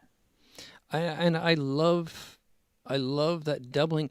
Well, it was based on the guitar, but you varied it like every single run. Mhm. So it's like the guitar gave you the bass melody, Mhm. and then you went dancing on it, Yeah. and You that's gotta you why gotta tightrope on it. Like Janelle yeah, Monáe. You gotta tip yeah. on the tightrope, tip on it. And I don't know. It just that the track has a lot of again different elements that come in that Mhm. are really interesting that I don't think I've heard in the same piece. It's kind of more again a Bjork kind of hi hat piece. It reminds me of what's the one with the robot? With the white robot casing that she did. I don't know how familiar with Bjork you are, but Very familiar with her as an icon, as a style icon, and as a very funny person, but her music maybe not so much. and depending on it's like with Lady Gaga, depending what song you heard first, you walk away with a certain perspective of them. I've heard her new stuff. I like her new stuff a lot. Bjork? Yeah. Okay. Um, I must admit, I've lost track of her music Yeah. the last several years, and it's time for me to go back and reconnect to that. The Mhm. album that she did of all the aquatic singing, that Mm. album just did not connect. A buddy of mine loves that album, but I was just like, for some reason, you think I'd like it because it's very choral. There was a lot of Yeah. stuff, and that album I did not like, and I sort of tuned out after a while for there. Anyhow, but certainly the folks that she worked with on several of the albums that had the more electronic aspect, I totally hear. Mhm. And I'm trying to think of, it's terrible because, when you have a famous icon and they partner on their albums, Mhm. right? So the Mhm. album's really, that isn't really David Bowie. That's Brian Eno. And, Yeah. but it's a collaboration. It was put out under that brand. Mhm. And the track I'm trying to think of, help me out here, Joe. What's the Bjork song with the white robots? I don't know the one with the It's white on the robot. tip of my tongue. Anyhow, but it was a particular DJ electronic beat maker that she worked with that on that album. And Aphex Twin? no, it wasn't Mm. anybody famous. Okay. Famous within probably their I'm circles, thinking but like Autekra, someone like that. maybe Maybe. it was a third album that they worked with them. They did a lot of really cool things with hi-hat rhythms and just these kicks that were like the heartbeat of a dragon sleeping. Anyhow, I'll remember at some point. Um, so you're in choir. Mhm. Did you ever do jazz? Because like this last song is jazz. I was in jazz band. I was never in a jazz choir, but my bandmates in high school forced me to do like scatting and like Mhm. bebop and stuff like that. And then I love jazz. So I'm not surprised that some influence snuck in there. Because that last song, that's what I hear in these vocals. It's jazz. It's you're taking something, you're riffing off of it, and then you're playing with it, Yeah. and you're letting the notes fall in different ways, and yeah, it's very very cool. Thank you. I love the influences I'm hearing. Caleb was right about the vocals, reminiscent of Lorena McKennitt, but some of the mixed with some of the also like hip hops, but with singing melody. I'm reminded of Tricky. I'm reminded of Portishead, Morcheeba, Hmm. um, and it sounds. It's not a contradiction. It sounds great. It complements one another. The vocals and the music. The music is kind of hip hoppy, and but some of the not I will say darker, but the edgier songs that you have that seem more nocturnal, they to me the music section it reminds me of a little bit of Faithless and Tricky. Faithless was a big inspiration to me. Faithless is amazing. Oh, Insomnia is fantastic. Oh, it's so good. Yeah, that just struck a chord with me. Yeah, Faithless. Oh. I don't know Faithless. You guys are going to have to educate me, you hip kids. So Joe, hit me up after this and with something from Faith. Insomnia, that's the one. Yes. Yeah. The video is fantastic. The lyrics are just All right, I'm just going to type it in. I'm going to type it in. It's Faithless Insomnia. There's another song, a group Insightful, that does something, and all their lyrics is it's just an auto-tune chanting of the same phrases over and over again, and it's very slow. And some of the music, the accompanying music, is what your music reminds me of. Something? Okay.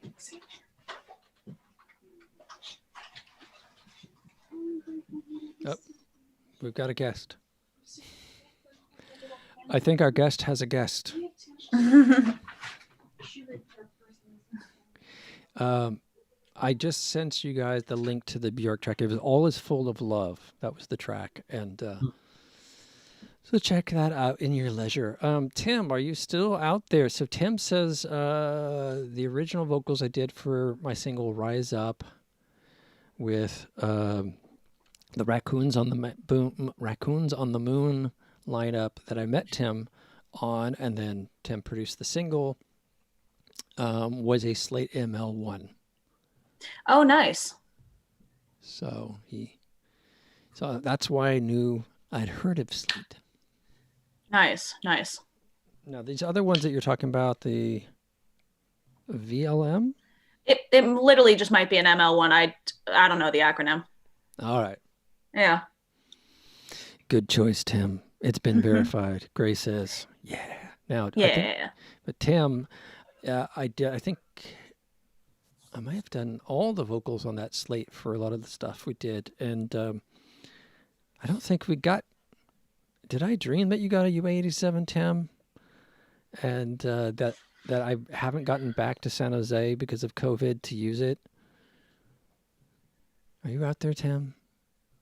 Tim? I am. So that's your goal, and you got another album coming. Mm-hmm. February 14th. Okay, Feb 14th. Yes. So you're dropping an album in less than a year. Yes. Yeah.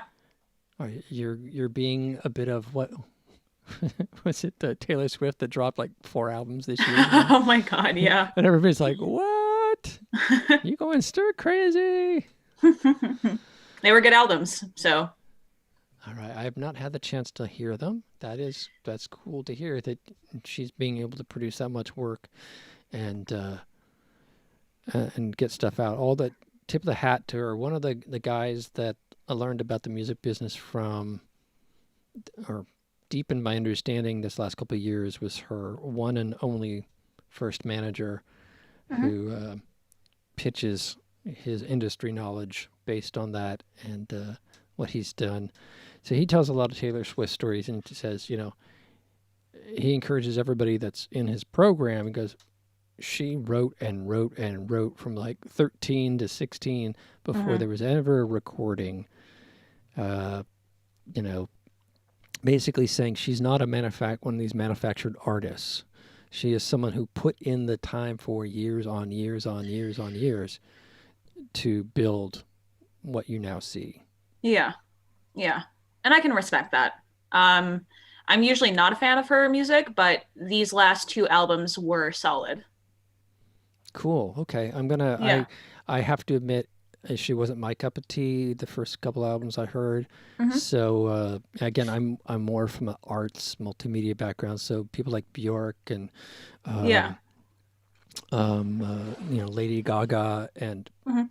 and also more from that jazzy aspect. And Lady Gaga, when I saw, was it Poker Face or something, and I was like, pass. And Just Dance, I was like, pass. And a friend of mine goes, oh no, that's the person trying to make money and get recognition and whatnot. Here's her playing piano.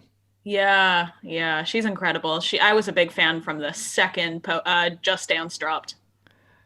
And I was like, wow. Okay. Yeah. Yeah. I can appreciate Just Dance as a piece, but I think personally, I think it's saccharine compared to Bad Romance. Yeah, absolutely. Red I One. mean, she's really like an Elton John, you know? Yeah, and Red One, who did Mhm. Bad Romance. I just love what he does arrangement wise. Mhm.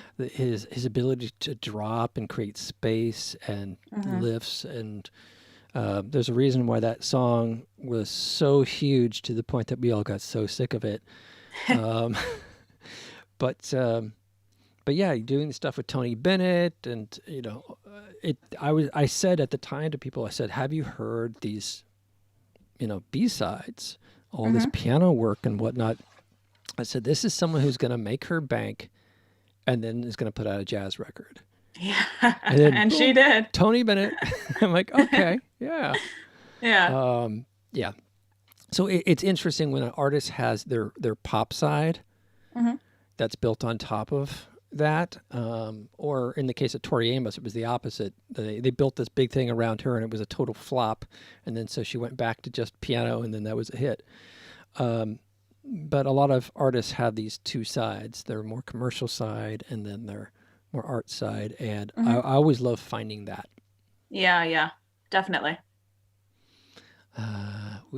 Tim says he has a U67 Good mic. and my latest recordings were done on an AKG 414. That's the one we're getting for the studio. And I was surprised by that because I tried to do vocals on a 414 in college and it never sounded good on my voice. But it probably was what I was doing in post because we didn't have the best gear.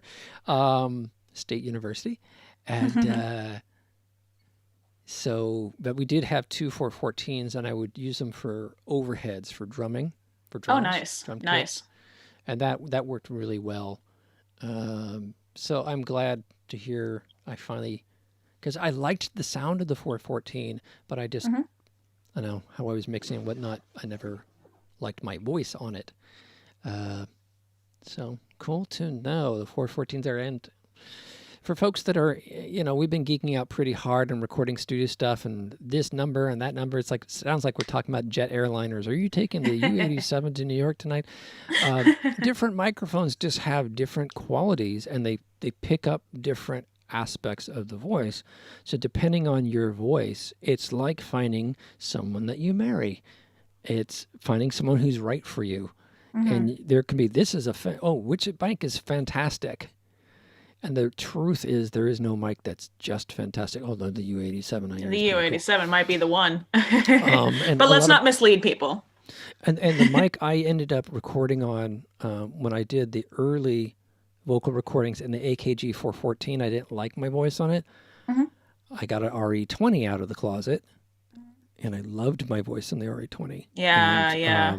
I don't have one now, but 3 years ago I was doing recordings for multimedia training stuff, and I used the RE20 all over that stuff. It just really brings out that low register. It's lovely. Yeah, the RE20 I haven't had much experience with, but I know it's a well-renowned mic. Yeah, it's the classic radio mic. You Mhm. tend to, even if you're talking up here, there's this low tone to it, and you get Yeah. that proximity effect. That's really can be really nice, especially if when you're doing dark goth industrial tracks. We have someone on YouTube. Hey, it's Frank. Hi, Frank. Do you know Frank Martin? Mm, He's a modular synth guy. okay. And so if you're ever looking for someone to do the modular thing, Frank can either do it or he knows someone who can do it. Okay, great. That whole scene, I tease Frank that I much like EQ. I love the idea of it, Mhm. but I don't have the patience. That's some intense stuff. I started taking the theremins out, and I would take the push two and live and the theremins, and do some shows. I did a show with Tim and a couple other people at Resonant Frequencies, which is a great Yeah, I've been. monthly I've event. been. Okay, cool. And Yeah. that huge double screen, I was like, I used to practice in those studios, and I never knew that building was back there. Yeah. And so got to do that, and that's the kind of Frank scene, and then what's the other one? The one in San Francisco in the Mission that Luna does. It's like I get the two confused because they're similar in name somehow, but anyhow. Well, fun fact, I did my first album between SAE and Soundwave. Oh, okay. Yeah. Nice. Yeah. Yeah, that's cool. It's a cool space. Oh, what I was trying to say before I got mentally off track is people were coming in and doing these huge patches and then just pulling it all apart at the end of the show. I'm like, but how are you going to save what you did? And they're like, Yeah. you don't. That's the idea. Yeah. Oh, I can't do that. I can't do that. I can't create and then just pull the device up, all the cables and patches is gone, and I don't know what I did. Yeah.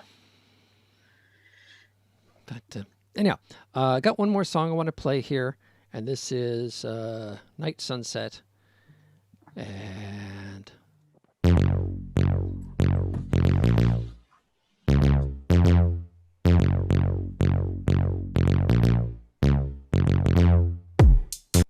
It's a sticky situation. Skeletons in the closet and some bodies in the basement.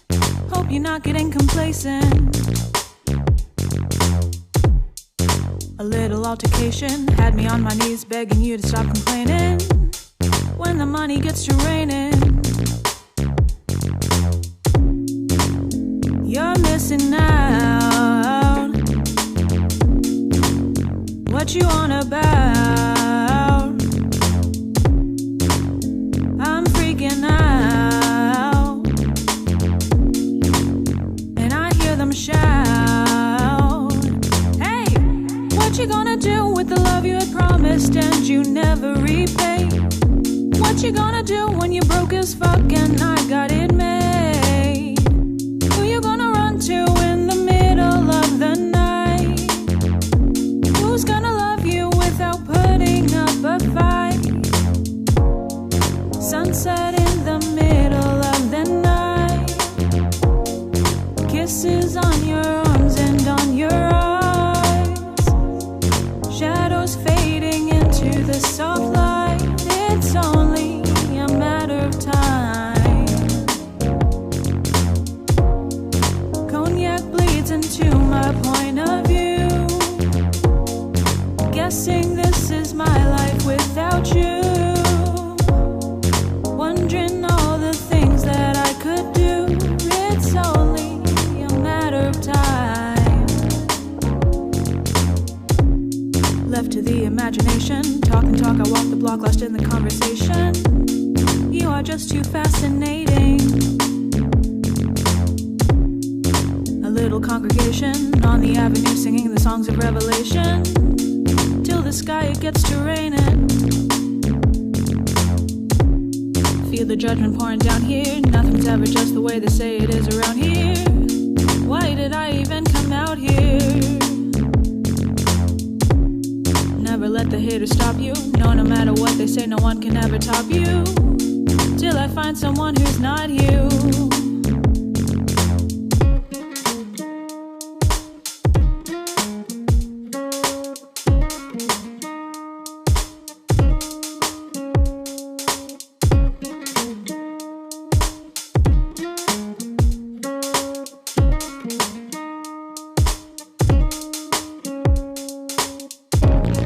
Sunset in the middle of the night. Kisses on your arms and on your eyes. Shadows fading into the soft light. It's only a matter of time. Cognac bleeds into my point of view. Guessing this is my life without you.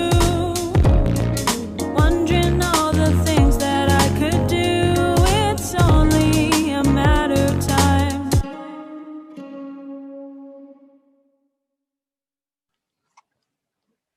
Night Sunset by Gray Davies.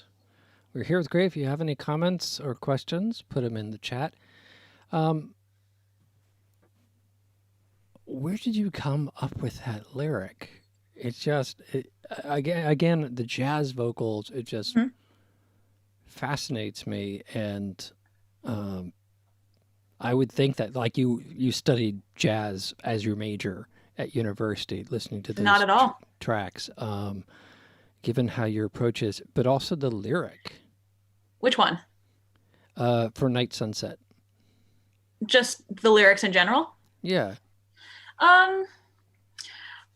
I wanted to do something kind of like a sing rap, not as sing rap as I tend to get later.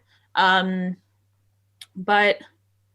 I don't know. I was just inspired, I think. And David, the guy who mixes my vocals, said that that was his favorite song off the album. And I was like, what? Really? And I don't know. I, do some poetry and I do some creative stuff. And I guess it just kind of came out. Okay. So it wasn't like planned or anything. You just Not got in really. a creative space. And fun fact, I didn't even start drinking cognac till like 2 years later. Or 6 months, however long it's been. I don't even know. The wordplay versus the actual thing. Yeah. But it works. And it describes, again, because it has, that wasn't just jazz. That's like jazz club.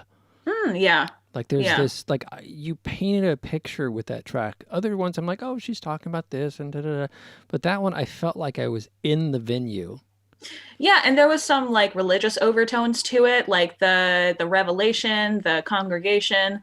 Part of that was just for the rhyme, but part of that was also I had a friend who was religious, and I started talking to him about it, and it's like a community thing. So I kind of threw that in there. Got it. Yeah. And that is, I think, one of the really cool aspects of this sort of, what you said, rap sing? Yeah. Yeah, rap singing through it is you get the melodic component, and yet you get the rhythmic component of rap happening at the same time. And then the lyrics in rap and lyrics in a more legato style tend to serve different functions. Yes, definitely. And with this, you're bringing both of them together. Yeah. Yeah, it was a fun creative process on that one. And that was late in the album where I'm sort of not running out of ideas, but getting into later stage ideas. Got it. And we're all waving hi to your guest. That's my mom. Hey, Mom. My mom's here too. Yeah. Yeah, I think I would agree with him that there's something really special about the vocal on that. I would say my favorite track, of course, is entitled. Just Livin' is like my favorite vocal melody and what you playing with the guitar. But I would say that Night Sunset, there's a something there that's really powerful, casually delivered. Yeah, thank you. Yeah. Kind of subconscious ideas coming forward. Yeah, and I'm a big fan of David Bowie, and he would do the subconscious stuff, but I always felt it was a little hit or miss. Mhm. Um, and maybe that's part of his point. Mhm. But with yours, it's really integrated. It's it again. It makes me feel like I'm in a place and I'm having an experience, Mhm. and I'm listening to someone talk about something all three at the same time. You know, Cool. you talked Thank about you. this relationship, and the line was, I can't remember the exact lyric, but something like, "I won't find anybody better than Till I you find someone who's not you. till I find someone that's not you." And I thought, Yeah, oh, yeah, yeah. that's brilliant, because you're like, oh, wait a minute, that's simple. It's very actually direct, but it's delivered Yeah, because I in kind this of creative I'm way. I'm saying this nice, this encouraging thing, don't let people stop you, and then I'm like, till I find someone who's not you. So I'm being nice, but irreplaceable. Yes. Yeah, exactly. Yeah. It's It's a just pretty brilliant. modular nice. Right? That It's is sort of like conflicting feelings. I feel like, you have to hold opposing ideas in your head at times. So it's, you can love someone and you can be like, I don't need you at the same time. Exactly, because kindness cannot be associated with weakness, for example. Yeah. Yeah. Agreed. you just said what I've been like wrestling with a lot of stuff. And during this last song, I'm like, why am I being so rambly? I'm being more rambly than even when I'm rambly. And it's because I'm not finding the exact words I want to Mhm. hit something. Like I can feel it. And and you just hit it, which Mhm. I just forgot. Boy, I'm really ADHD today. Um, oh, shoot. And Joe then said something. Nope, it's gone. Anyhow, folks, I had a revelation of exactly what I wanted to say, and there you go. You have. I think that was it. It is the contradiction, because a lot of your tracks have this element of it. Maybe they're inspired by relationships and breakups and whatnot, but you don't present them that way. It's not, oh, I'm so tired you left me. Now I'm sitting here with only this tree. Um, you've got somehow you convey that you actually might be heartbroken underneath being totally confident and over it at the same time. Does that make That's sense? accurate. That's accurate. Yeah. And that's You show unique. empathy, but then you draw a line at the same time. Yeah. You have to. Yeah. Well, you say you have to, but that's in your nature. Mm. Not everybody does. Yeah. You know, why did you stick with that person? They're bad for you. Well, because, Well, so there's because they were super cute. the super Q is a big reason. Yeah. All the way to the range of psychological abuse or even Yeah. physical abuse. And you convey this sort of middle path. Like, you can be honest about the situation and fully experience the situation and not put up with it at the same time. Yeah. The middle That's a- path is a big, interesting concept to me. That's a very, very powerful thing. And the Thank fact you. that you have that is a huge strength. Thank you. Don't you agree, A Joe? balance and a stability. Yeah. I would say that I'm the opposite of you, and I will like stick with the bad thing until it's dead. Like, I will make this work. I will make this stone roll up the hill. Yeah. Well, there's a difference between how I present myself in my music and how I actually act in real life. Sure. Yeah. And I mean, actually, in my music too, I think it comes across there. I'm actually, in some ways, maybe less emotional than my music, but I have learned to get to the space you're at, but it Yeah. took a long road. Like, to me, it's like, why wasn't I here before? Really, there's nothing you have to really put up with. Mhm. And It's you're inferring from my music that I'm in a certain place. I might not be. I might be in Alaska, emotionally. true. Very, very true. The difference between the art and the artist. Yeah. Man, you're right. all those kittens and puppies. You write the best greeting cards ever. Stab, stab, stab. Yeah, exactly.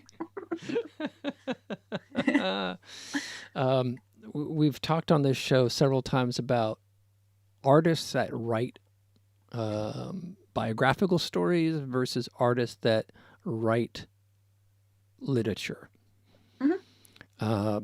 And you may or may not be familiar with Kate Bush.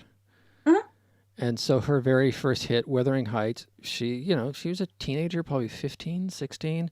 She reads this book and she writes a song about the book.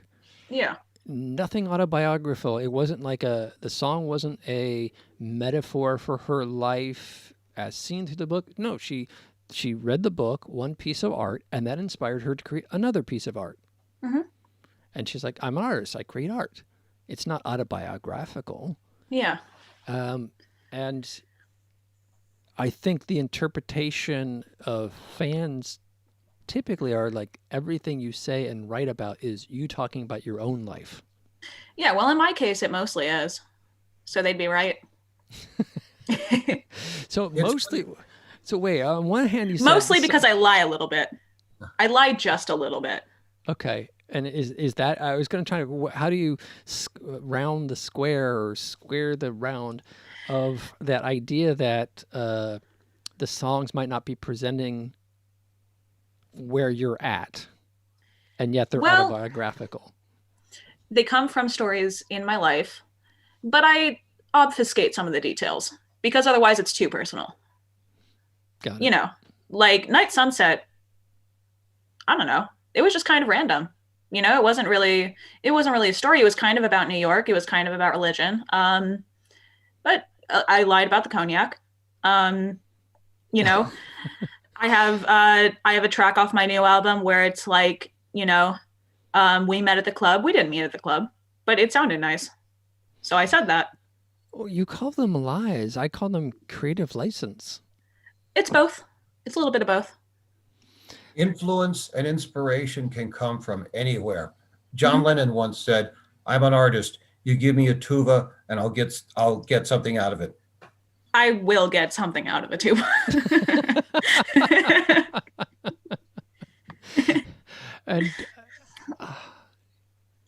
And my brain is just going so many different threads here. But well, not too many threads because I do have to and I need to wrap up too. We're in way over time. Thank you so much for being on the show, and I feel like this is one of those shows I want to redo and restructure and be on task. No, I think it's great the way it is. This has been fun. So? Yeah. Okay, cool. It's so cool. I'm going to leave it at that. Look, I'm not going to explain. So, Joe, you get the last word, and then we're going to wrap up. Your work is fantastic. It's inspirational. It's fun to listen to. It's good club music. It's good driving music. It's good introspective music and the vocals.